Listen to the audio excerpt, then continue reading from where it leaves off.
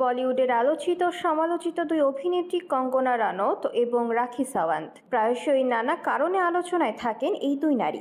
তবে এবার একে অপরের বিরুদ্ধে দাঁড়াতে যাচ্ছেন রাখি কঙ্গনা।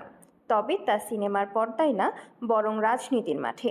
জানা গেছে, কংগ্রেসের টিকিটে লোকসভা নির্বাচনে ভারতীয় জনতা পার্টির প্রার্থী কঙ্গনা রানৌতের বিরুদ্ধে লড়তে চেয়েছেন রাখি সাওয়ান্ত।